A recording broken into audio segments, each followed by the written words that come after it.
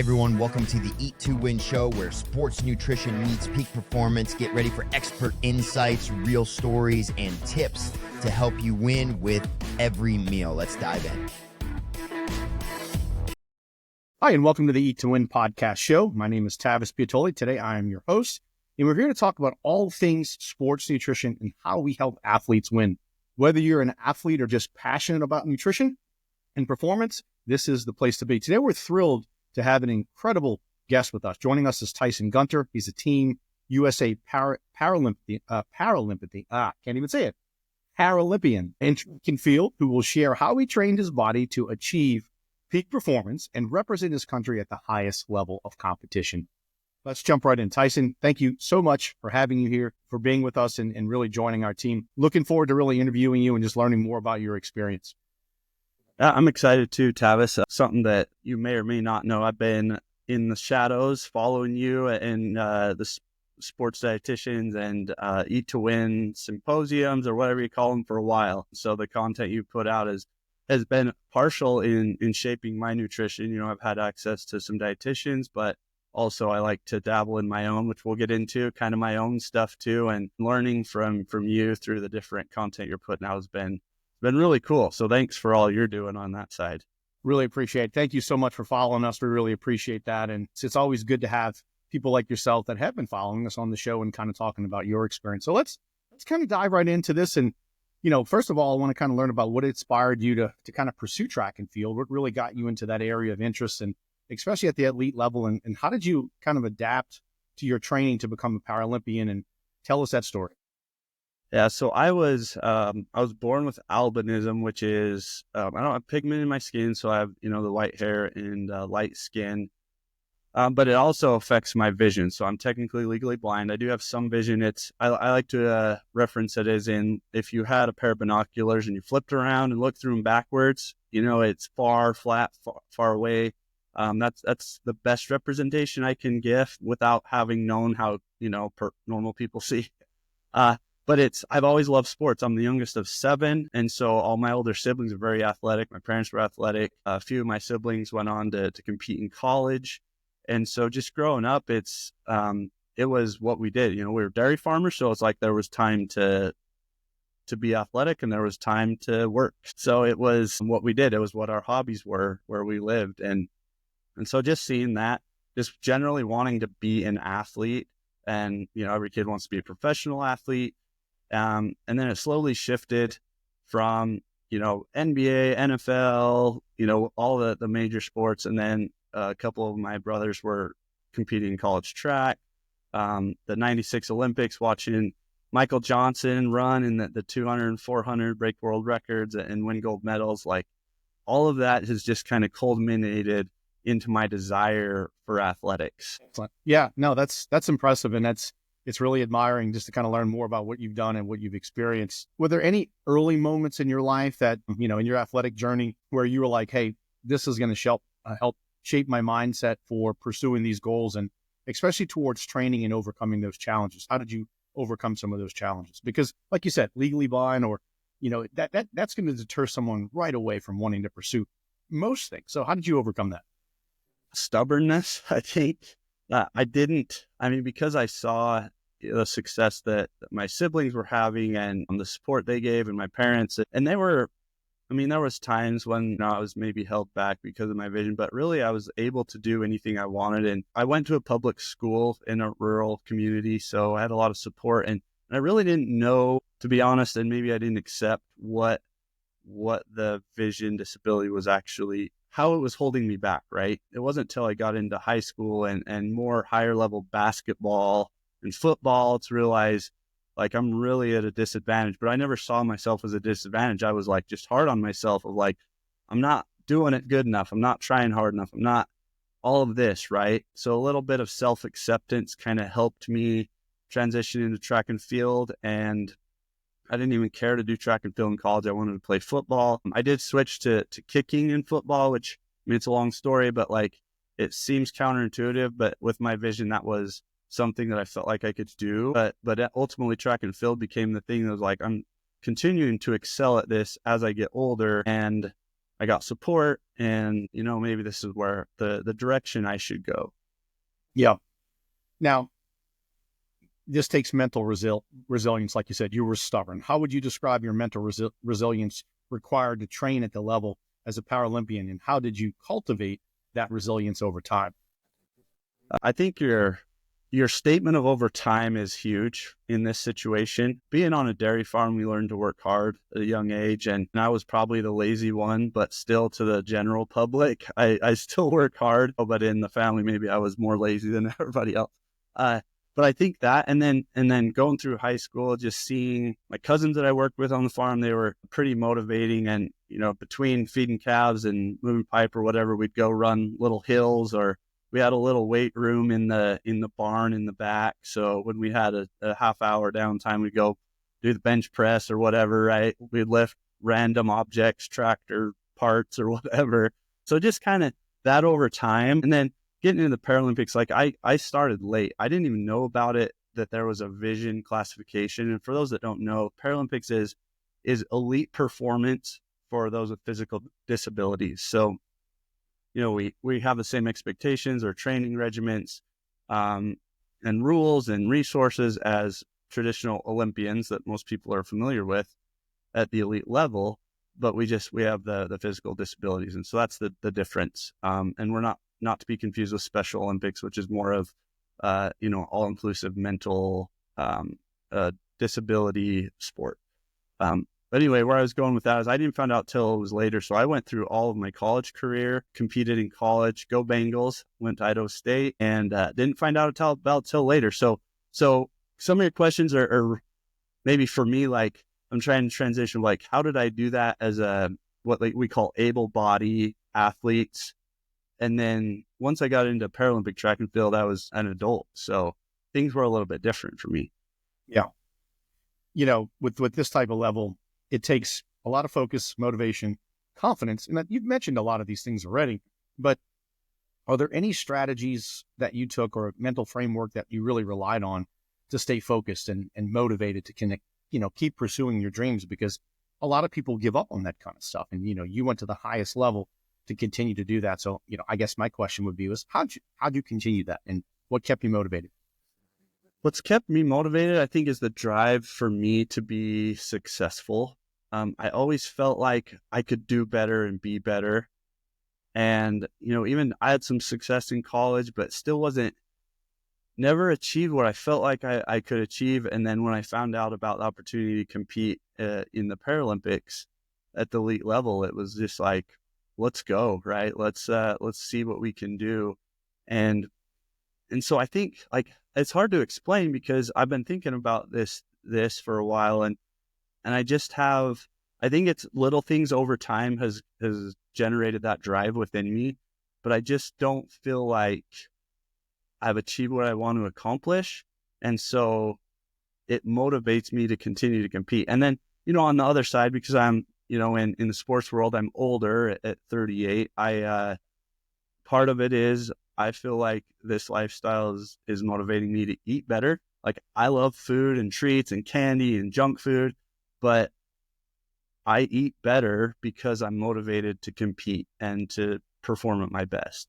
And so part of part of that is just to say, hey, I need to be healthy. And if I'm just sitting at home and, don't have anything to motivate me, I'm probably not going to be that healthy. Sure. Yeah. As you know, nutrition plays a big role in that. Let's talk about kind of tailoring your training for elite performance. What ways did you have to customize your training routine to kind of account for your unique strengths and limitations as a Paralympian? For sure. That's a big one. So once I graduated college and started getting into the Paralympics, I continued to work with my coach here at Idaho State, Dave Nilsson, and he was really great to continue to support me. And for those who may know track and field, he coached Stacy Dragila, who was the first women's gold medalist in the Olympics in Sydney. And so, he obviously had a wealth of knowledge and experience to continue to help me tweak my training at the higher level. And for me, it took me to tell him. So it's funny because he didn't realize I had such a bad vision disability till maybe my senior year. Right. And I would adapt the workouts to to meet my needs if I couldn't see something or I needed to change something.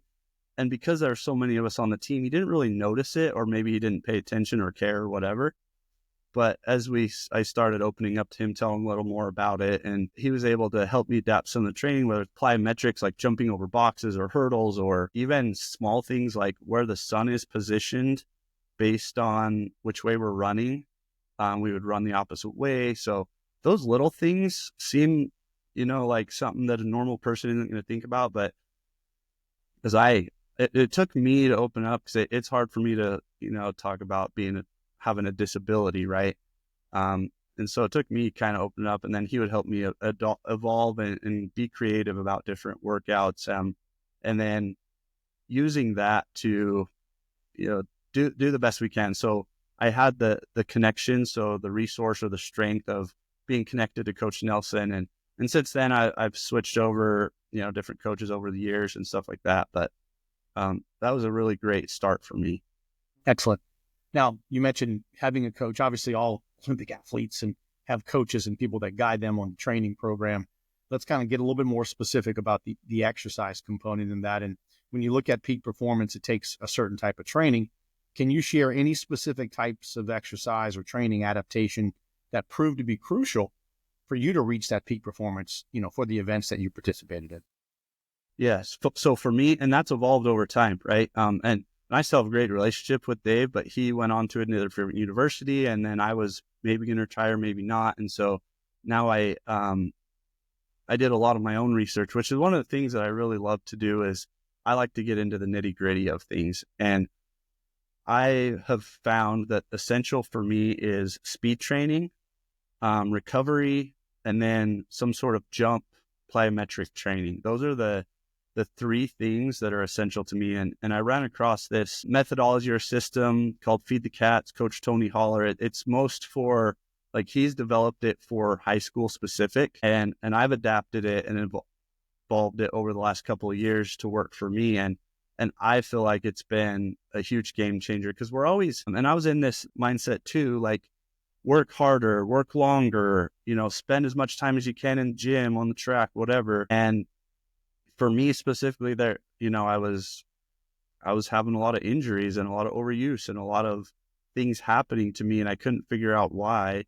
And as I started to scale back and try different training techniques and just being very essential in what I'm doing, whether it's nutrition or training or recovery, like, it's been a huge difference for me over the last couple of years. Excellent.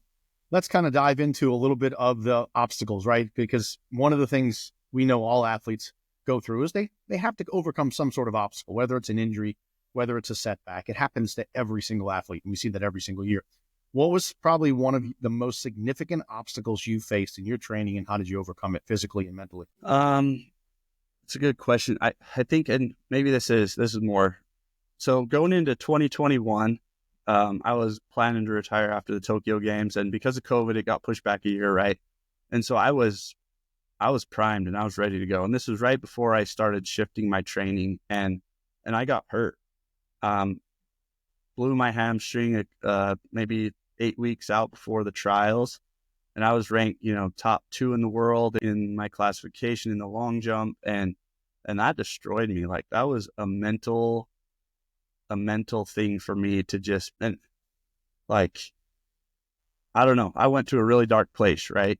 And so as I came out of that, that was part of that shift in my training and my mindset, was like, if I'm going to continue to compete and try for Paris and all that stuff, I was going to have to come out of that stronger and find a different way to do things. And I found out the mental aspect, that's where one of my biggest obstacles, right? That was a specific injury that happened, but I've continued to struggle with what I call like my demons, right? With self-doubt and lack of confidence and stuff like that. And it's, you don't hear that out of a lot of elite athletes, but man, that was a big struggle for me.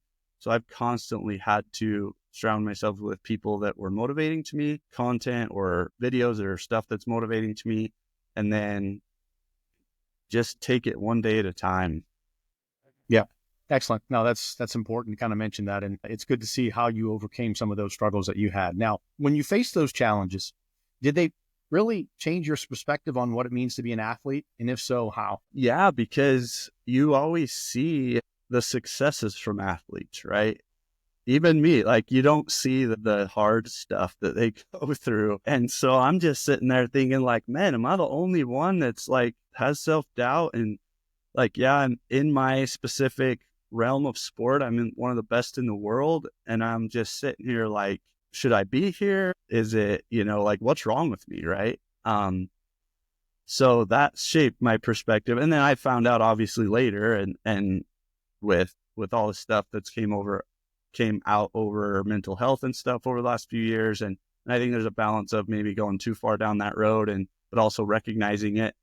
Like, I'm like, oh man, there's so many other people that have these same challenges. And I think Steve Young was a great quarterback, and he talked about a lot of struggles he had. And I was like, man, like, I guess everybody deals with it. Yeah, it is. It's every single individual that's struggling with some of those setbacks. And you see that now with athletes. It's like great athletes tear an ACL or, it's a head injury or things like that. And you can see it's mentally breaking them down, but it's something that we're going to face in life. And it's something that we're going to face in all different aspects of life, whether it's sports and just general things. Let's kind of move to the recovery longevity space, right? Being an athlete, recovery is important. For some athletes, you look at some of these athletes, it's like the Tom Brady's, the LeBron James, the Drew Breeses of the world that just have so much longevity.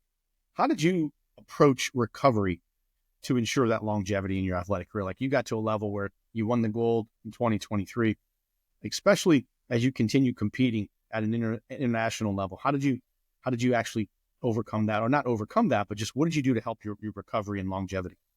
I didn't for a long time. And that was a big problem. I think part of that, again, going back to just a couple years ago running across, and I'm sure we'll talk about this later, but I was contemplating retirement, and then I'm coaching high school track, but I'm just like, what? So I was actually doing research on how I can help some high school athletes and navigate the club sports, and even in a small community where we just have so many kids doing so many different sports, like how do we train them at the best level, but still make sure they don't like get overburdened or burned out, right? So I ran across this system of the Feed the Cats, and then the book Essentialism, which has nothing to do with sports, but it's just about, simplifying your life and figuring out what's essential and just focusing on the most important things and giving yourself time to recover, right? In generally, whether it's, in business, mentally, or whatever. So, Coach Tony Holler, which I've actually never met, I've talked to him a couple times, but just I took what he was saying on social media and I really internalized it. And that has been huge, where it's like you work really hard for a short amount of time, and then 99% of the time you're spending time on recovery. And then going into the Pan American Games last year, I found out I have a part of the reason why I've had so many injuries throughout my career is I have a hereditary bone, what do you call it? Like this, not disorder, but mutation, I guess, maybe, but in my hips, right? So my hips are flat. And so there's a lot of room in there. And so they whip my hip bones and joints wiggle around a lot. So it puts way more stress on my muscles than maybe your average person. And so I found out about that. So now knowing that over the last few year or so, like it's totally changed how much time I have to put into recovery. Are there any specific techniques that you did or anything that you found was really effective to kind of help maintain that consistent high level of performance? Like if you had to maybe give, was it nutrition, was anything specific that you would really like to focus on? I think it's the recovery aspect. I think for recovery, and then for everything else, it's testing the process of whatever I'm doing to see what works for me, right? I'm really big on, I used to say like optimization, but I don't know if that's right. I think it's more optimization for my life and my situation. For example, right, I got really deep into like the effective use of protein, right? So there's some models out there like you need to break up your protein 6 times a day, different meals, and hit your, close to 1 gram per pound body weight, whatever, right? 6 times a day. Well, that didn't work for me. I mean, I have 4 little kids, I work full time, and I train, and then I have some church responsibilities. So it's like, I tried it and it just wasn't working. I think that is probably the optimal way to do it. And you have an opinion on that, I'm sure. But for me, I'm like, hey, if I can break it up into 3 or 4 feedings, which may not be optimal based on the studies, but I'm still getting the protein I need and it's way less stress on me, like I'm going to do that. Yeah. Oh, look, from a nutrition standpoint, I don't think there's a best approach that people can take, right? I think people chase perfection with nutrition, but there's just really it doesn't exist. And the book doesn't always really, I think we try to follow books, but in the 24 years of doing this and working with athletes, I've never followed the book to give them recommendations. It's what's working for them at that given time. And it's like these grams per kg and this and that. That's great for a classroom setting. It's not always good for reality and practice. So yeah, it's just, we got to go with what's working for you at the time. Yeah. And so to answer your question, I think that is the secret sauce that I've found is there's so much information out there, whether it comes to training or nutrition or recovery or whatever. It's like, there's no way to do it all.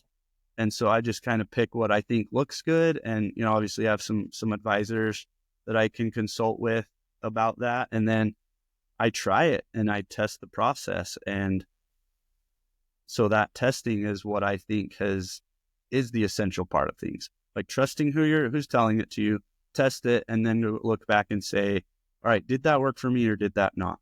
For example, the thing I keep talking about, the feed cat system, I love it, but I found, unfortunately, the hard way, that there was the warm-up specific way that they teach is not right for me. And I learned that the hard way by having an injury right before the Paris Games, which caused me not to make the games. But I feel like the training system is the best there is. So now, as I contemplate whether I continue to train or retire, I'm still in that boat. I want to continue to work and train, but I have to say, okay, I'm going to adapt to that part of the training because I know that didn't work for me. So that's, I think, the bad part of me wanting to try things and optimize myself is I do get into a situation where some things don't work, and I learned that the hard way. Excellent. Stay with us as we take a short break and thank our sponsors. You're listening to the Eat to Win podcast with your host, Tavis Pietol. Liquid Fuel is a new sports and hydration product formulated by a sports dietitian to give athletes the edge to train and compete longer. It contains the low glycemic carbohydrate platinose, designed to keep blood sugar levels more stable to provide energy for 3 to 4 hours without the blood sugar crash seen in other leading sports drinks. Its unique 4-part electrolyte formula includes 50% of your daily magnesium need to optimize muscle function. Liquid Fuel is naturally sweetened, along with no artificial ingredients or colors.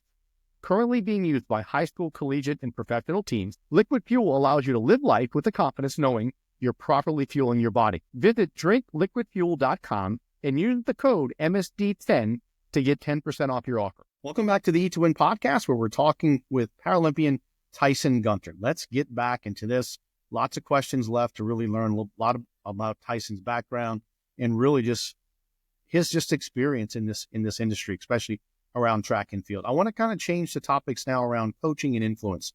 You've also coached at the high school level. So I think that's something, if I go back and go, I would love to be a coach. And my wife's like, you need to go back and coach football and be an offensive coordinator. And I'm like, no, it's at almost 50 years old. It's not that simple. You just can't all of a sudden start a new career, leave it. I mean, you can, but it takes a lot of time. But I love the fact that, we talked about that and coaching at this level. How did working with younger athletes influence your own training philosophy? Like I mentioned earlier, I think it totally opened my eyes to a new system of training, which I was planning to use on them because it just simplified things a lot more. I was still kind of in the mindset in the track and field world of like, even though I'm a long jumper, like I need to go out and run 5s and 600s and get in like really good base conditioning and spend a bunch of time in the weight room. And then as I ran across this idea, tried it on the high school kids and started seeing success at the high school level of like, let's focus on, if they're a sprinter, sprinting, and then recovering and adding in some plyometrics and some explosive stuff here and there, right?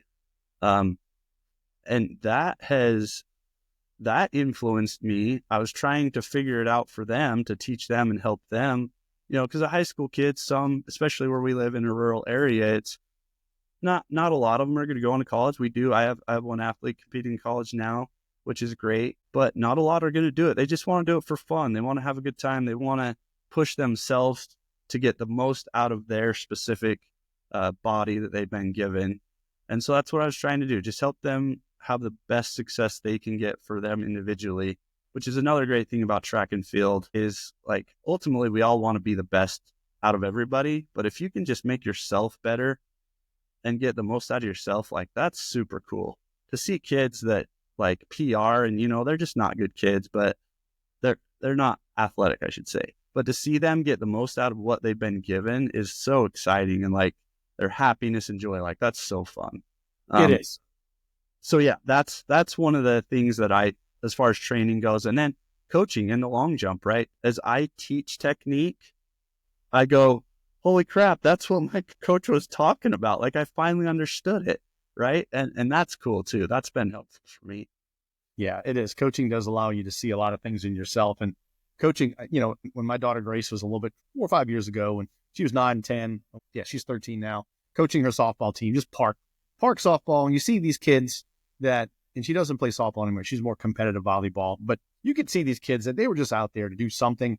They were never probably going to go very far in that sport because they had other ideas but to see them get better, like couldn't hit a ball, didn't know anything about the sport, where to run, where the base was, anything about just the rules. And then by the end of the season, you were like, wow, that kid can hit the ball. They got better. They can field, they can throw.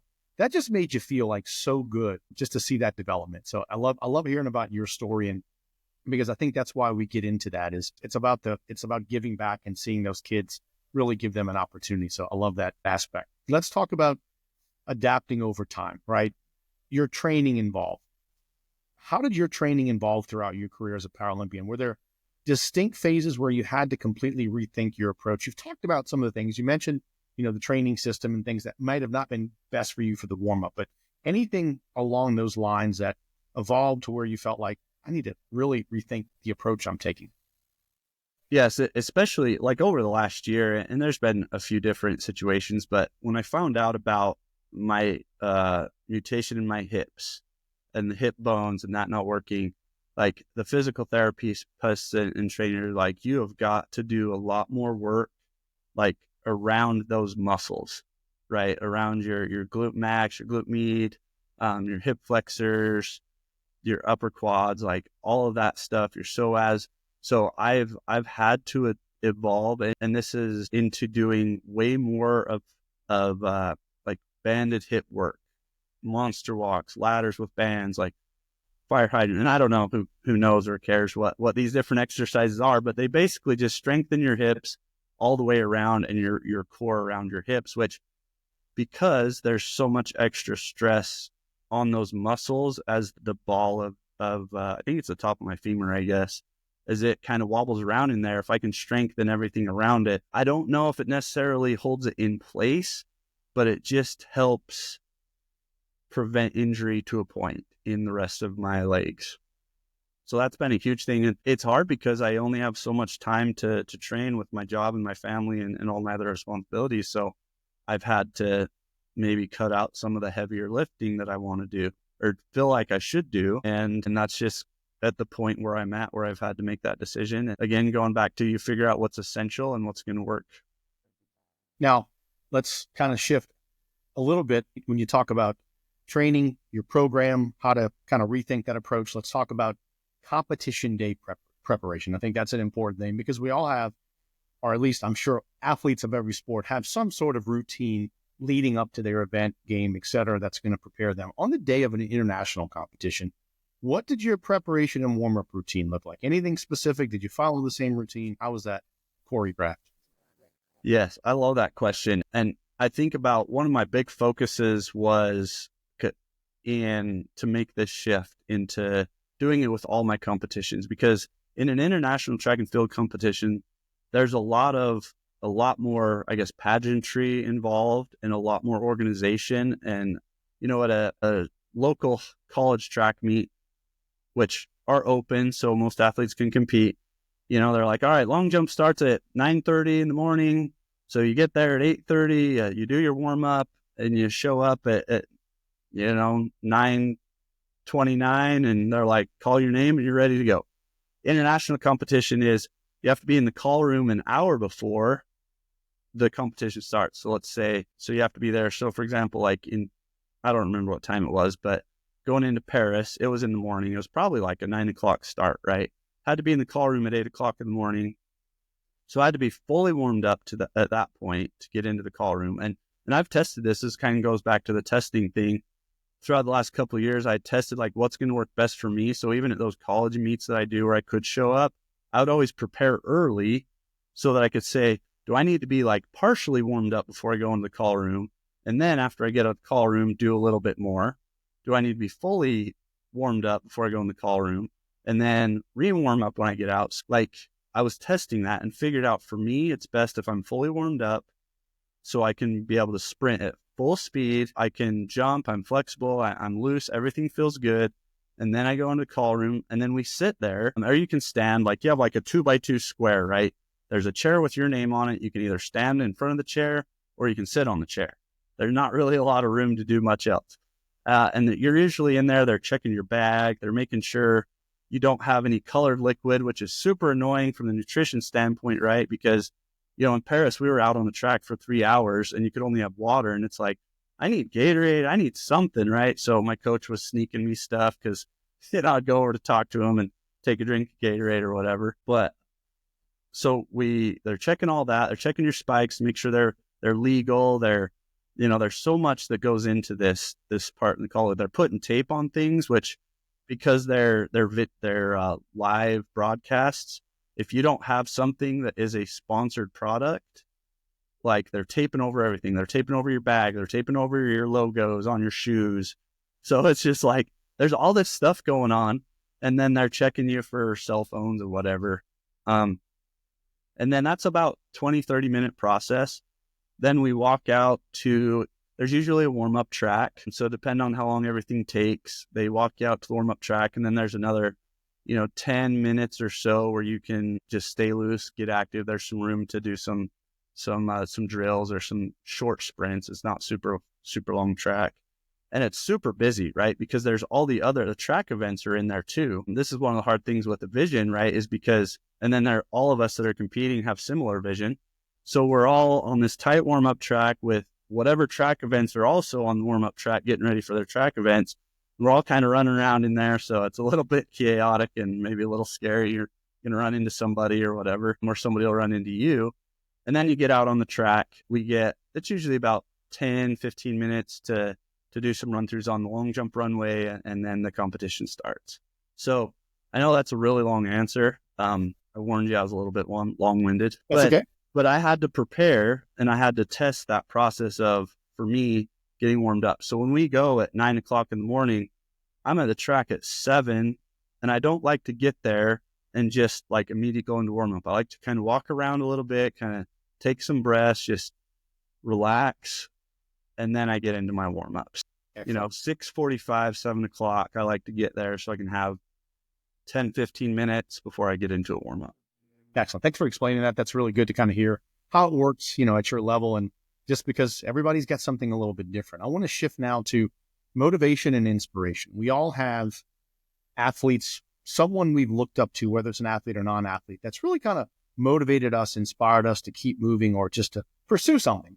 Is there someone that you feel that has served as your greatest inspiration as you work toward Paralympic success? That's a really great question. And it's changed over time. Michael Johnson, obviously, that was kind of my first spark of like, I really like track and field, and to see him win and throw the gold spikes up in the crowd, I'm like, dude, this is sweet. My older siblings that were athletes, and someone was coaching high school, and a couple did college track, like those guys were motivating and inspiring to me. When I got into college, I was a big fan of Maurice Green, who was a sprinter. I was really focused on sprinting stuff. I was best at jumps, but I didn't really follow jumpers too much because they never show them on TV. And we didn't really have a lot of access to the internet in the early 2000s. And so it was like, you saw who you saw, right? Stacy Dragila, obviously, because she went to the university that I lived next to, and it was a huge deal for her to go to the Sydney Olympics and win.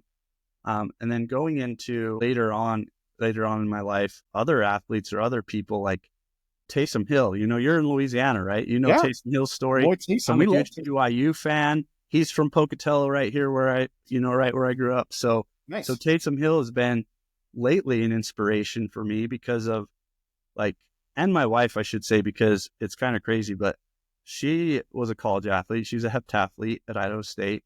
That's where we met. And she had similar injuries not the same injuries, but similar severity injuries line up about the same time Taysom Hill did.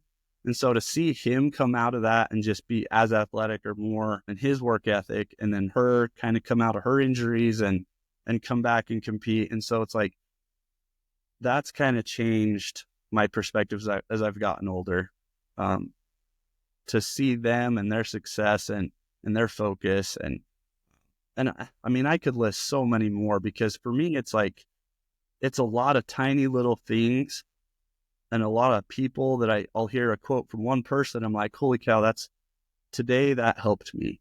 And then the next day I'll hear something from somebody else and that'll help me that day. And I can't tell you what it was 2 months ago that inspired me that day, but it did. And it's helped me go a little farther along every day. Excellent. Yeah. Taysom, it sucks to see what happened to him this year, because he's kind of the catalyst behind the Saints, although a lot of talent on that team. Started out really strong. He went down in that third game and it was like everything started to crumble, and so did a lot of other players. But then he comes back, get a little bit of a pickup, and then boom, tears his ACL. And it's like, of all Right. people. So hopefully he has a full recovery, and he continues to pursue his career in New Orleans, because we love him down here. He is just the Swiss Army knife, do everything. All right. There's a lot of athletes that face unique challenges like yourself, right? And not just in their pursuit of excellence, but just in challenges. But let's say we have people that want to pursue being an aspiring Paralympian like yourself. What advice would you give others that either saying, I want to do that, or I'm doing it, but I'm not doing it at the level that Tyson did? Any advice that you could give them? Yeah, I heard, again, my teammate in college, and then he became my physical therapist. He said something like, Olympians, Paralympians, or elite athletes are willing to do what other people aren't willing to do. And so I think that is one thing that I've internalized. The thing is, though, with social media, what most people will think of when they hear that is, oh, I got to practice before practice. I got to be in the gym at 4 a.m, like Kobe Bryant was. And I love Kobe Bryant, but I just don't think his work ethic was feasible for most people. And I think he had the opportunity to recover in a way that people don't realize as well, right? He might have been in the gym at 4, but he was still getting 8-10 hours of sleep somehow, somewhere, right? In my opinion, I don't know. But anyway, I think when people hear like, do what your other people aren't, they hear that. When I was in high school, I read a book on Michael Johnson called Slaying the Dragon. And I haven't been able to really find it anywhere, but there's one thing out in there that stood out to me. And he talked about when he was in college at Baylor, he had to decide if he was going to go to bed or go out and party with his teammates. And he said, I'm going to go to bed. And so I think recovery or eating the way most people aren't willing to do, or caffeine, right? I mean, we could talk about nutrition. I am a huge proponent of using caffeine as a performance tool. But when I try to talk to high school kids about it or whatever, like, how many people are willing to limit their caffeine before 11 a.m. in the morning and not take very much until it matters on those very specific days and times, that then you do your, what the book says to use for caffeine? Not very many people are willing to do that. Most people are like, I don't care. I'm going to drink a Coke or a Monster or whatever later in the day because I'm tired and I can still sleep, even though they don't realize that it's still messing up their hormone release and everything like that, right? So I think little things like that, or like, hey, and again, for me, this works for me. I'll be sitting there and like, I get crap in the office, and even though, a lot of people here are pretty healthy, but it's like, because of my situation and time, I don't have a lot of time to prepare food. So I might just be cracking open a couple of cans of tuna and throwing some salt or mustard or whatever and eating it, and then having a bag of spinach that I'm just eating. It's gross. I don't like it, but it's what I need to do to fuel. I'm eating for fuel and not for pleasure, which I get enough pleasure in my eating throughout, in certain times. But so I would say willing to do what most people aren't willing to do. And that could be recovery, that could be eating, that could be optimizing your supplement or caffeine or whatever. Love it. Let's talk about just your achievements. A couple of more questions. You've achieved a lot, but if you can summarize your journey in one statement, what would you want people to understand about the process that you took to becoming a Paralympian? That I did. That's a good question. You may have said it. You got to do things that make you uncomfortable. You got to do things that are willing to do, which I try to tell my daughter things like that. Like, look, I read something in the paper. She's a very good volleyball player, but there's a long ways to go, just like any young person. But I try to tell her before every game, make people know who you are and just let that resonate, because that's what another athlete parent told. I was like, I love that. Like, make them know who you are. Show them the dominance that you have on the court. And when you said, I got to do other things that other people will not do to get me to this level. And I was like, all right, I'm going to tell her that too. I was like, I'm taking that with me. Yeah. And remember to tell her that sometimes it means not working hard. Like sometimes it's hard to not do something, right? Christian McCaffrey's a great example. His coach, Brian Kula, was a track coach, and I get a lot of inspiration from him. And he said, while training Christian, which is cool that somebody hired a track coach to train their speed, but he talks about how one of his hardest things was telling Christian, hey, you got to stop, you got to wait, you got to rest, you got to whatever, because he just wanted to go. So that's something people aren't willing to do, is to stop and rest. But I think to answer your question, I'll say this, there's a lot of things, but I think overcoming failure by testing the process. I'm really big on process goals. I have a whole framework around setting goals and achieving goals. And the main part of that is the process of those goals. Small, consistent actions over and over and over and over and over again, which has helped me in everything, whether it's motivation or nutrition or training or recovery. It's doing those little small things over and over and over again that you can control. And then at the end, you just kind of have to say, whatever the outcome is, and as long as I can have confidence that I went through the process, that's all that matters. Love it. That's great take home point. Let's talk about your legacy and influence, because based on what you've accomplished, you have the ability to influence so many people and leave a great legacy. So how do you hope your story will inspire or guide the next generation of athletes, whether it's a Paralympian or just somebody like, my daughter? When she watches this, I want her to see this and say, I want you to see what Tyson did and overcame. So what can you do to maybe inspire others? Or how do you hope your story will inspire? I haven't got into this too much, but I would have loved to got into Paralympics earlier. And so I just hope that the people, or maybe those with, it doesn't matter what disability, but if you have a physical disability, and if you're watching this and you know somebody with physical disability, like, just understand that there is an elite level organization for athletes in that place, which is a huge blessing in our modern society, right?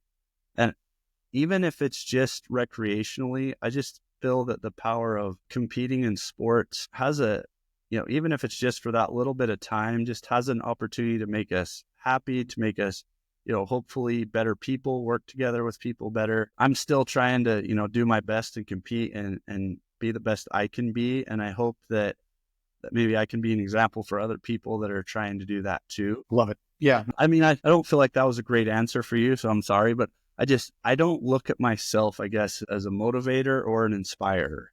Yeah. I wish, and maybe that'll change over time as I do get older and I quit. I mean, obviously I'm a coach and I try to share what I've learned with my athletes, but I don't answer that question well because I don't maybe believe that I'm an inspiration yet, if that makes sense.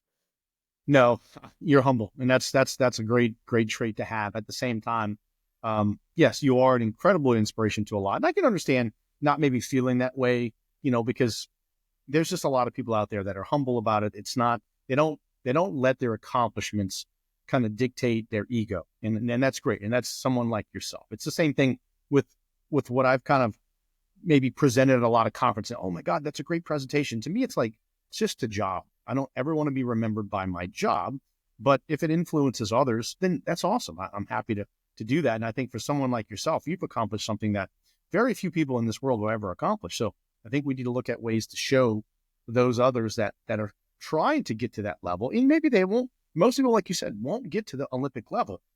Very few will, but it will help maybe motivate them to get a college scholarship or to play at the next level, or even just pursue something to go, maybe I'm not good enough. And that kind of leads to my next question, because a lot of people doubt themselves.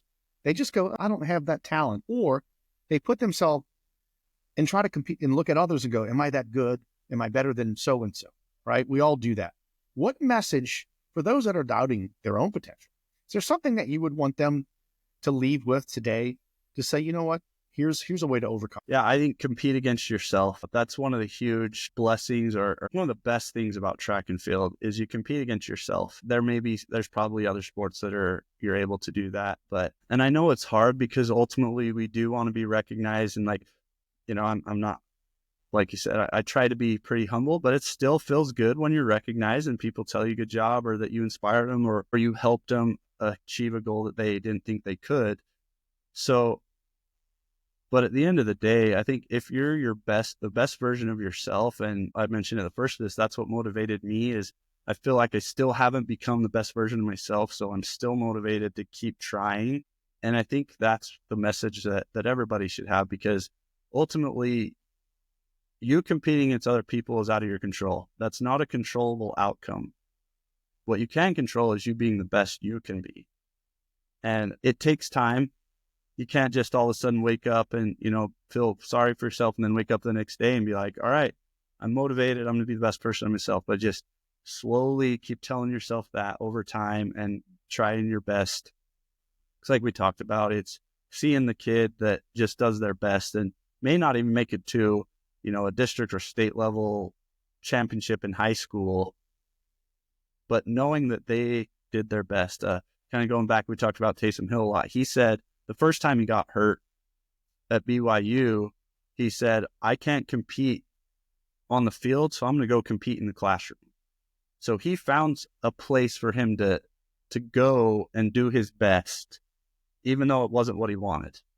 And so I think we can take the skills that we've learned of trying to be our best, and you might not be the best in a sport, but you can be the best. I think Nick Saban said this once, you can be the best street sweeper in the world.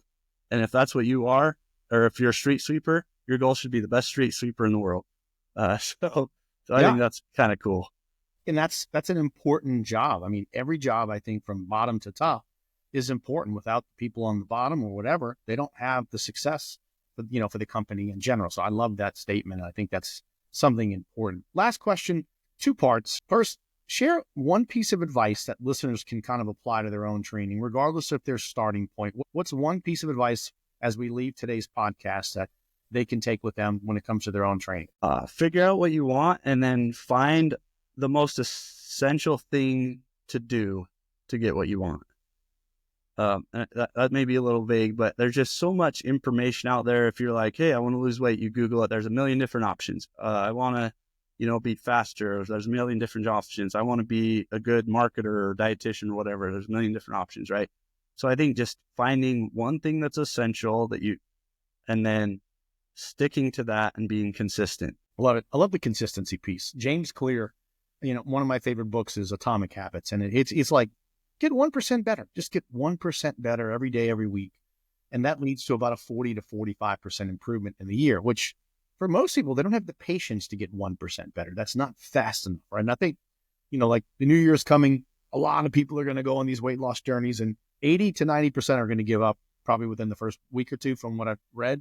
And a lot of it's due to the lack of being perfect. And I'm like, there's no perfection. Stop chasing perfection. But anyway, all right, last question. How does our audience get in touch with you, or just how do they, learn more about your journey? If they want to reach out, follow you, how do they stay connected with you? Probably through Instagram. It's Tyson Gunter _PLY, which PLY stands for Paralympian. A lot of people are confused about that. So yeah. So I'm on there. I'm trying to be better on there. So yeah, that's going to be the best place. And then I do run an athlete program where I work at a Black Label Supplements. I run a program for athletes where we try to educate on sports nutrition and proper supplementation. And so I'm really active there. I run that program, so people can reach out that way, or Instagram. Awesome. Well, we're going to have that in the show notes for people to reach out. We're not done, because some things that you're not aware of, I'm going to have a couple of curveball questions for you. Nothing to do with today's topic. I just like to throw these things in there for fun. The first question is me being selfish, because I love music probably more than just about anything besides sports. So I want to kind of get your opinion and see what's your background. If you could be the lead singer of any musical group today in the past, who would that be? Man, well, I love the Goo Goo Dolls. That's my favorite band. So, Okay. but I Buffalo. wouldn't want to take Johnny Resnick's job. Right. So I don't know. That would be a good one though, because I love that. I love jamming out. I like country music too. So Okay. there's some good bands there too. Yeah, I play guitar. I can play Name, and my daughter and I have done some, we've done a few of their songs, Black Balloon, at open mic night. So still a band I have not seen live, or the Goo Goo Dolls. They don't come to New Orleans like ever. So yeah, man, I got to see them live once. They came to Boise, which I'm in eastern Idaho. They came to Boise. It was right after my wife tore her Achilles doing hurdles. Like 2 weeks later, she's in a boot, and I'm like, we're going because we're going. And so, I mean, she was super awesome. She hobbled around the streets of Boise in a boot, and I had to, piggyback her, but we got to see the Goo Goo Dolls live, and it was awesome. Nice. Yeah, Boise's a great area. I've still, Red Rocks is a dream. I'm still waiting to try to get to that, but been to Boise once, and Idaho is just a beautiful area. All right. Last question. Let's go back to your younger self, Tyson, today. If you could go back to young Tyson, what would you tell yourself, let's say when you were maybe starting college, younger, just any piece of advice? So I would say, if it was in high school, I would say gain 80 pounds and be a lineman.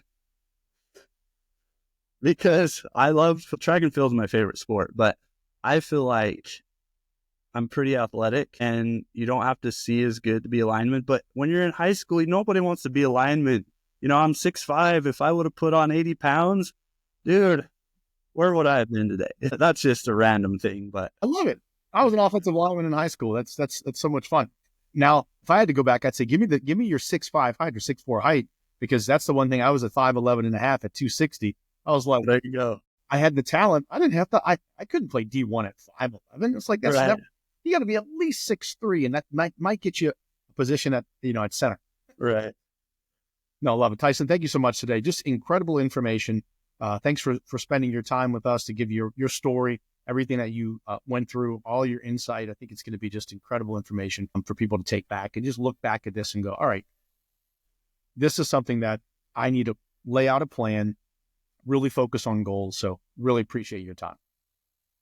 And thank you again. Like I started with this the episode with this, but I really appreciate what you guys are doing at My Sports Dietitian. And I hope everybody can take advantage of that maybe listening to this with your high school athletes is, and maybe this is the second answer to your question is, I didn't even start taking nutrition seriously till a couple of years ago. Man, if I was interested in it in high school, but it was always the, supplements or protein, whatever. Like I didn't totally understand nutrition. I wish I would have. That was, I think, maybe the second thing that's more of a serious thing of like, and you eat right. Who knows where I could have been. And I've had great success. Don't get me wrong. But yeah, so thank you for all you're doing and supporting and the education on sports nutrition for high school coaches and athletes. What you're doing is awesome. Thanks. Really appreciate it. Well, until next time, that's it for today's episode of the Eat to Win podcast show. Big thanks to Tyson Gunter for joining us and sharing the story of his Paralympic journey and the training it took to get there. If you found today's insights valuable, be sure to like, subscribe, and share with your community. Also, do us a big favor and rate and review us. Until next time, keep winning. Thanks for joining us on the Eat to Win show. Remember, every meal is a step toward victory. Until next time, stay strong and keep winning.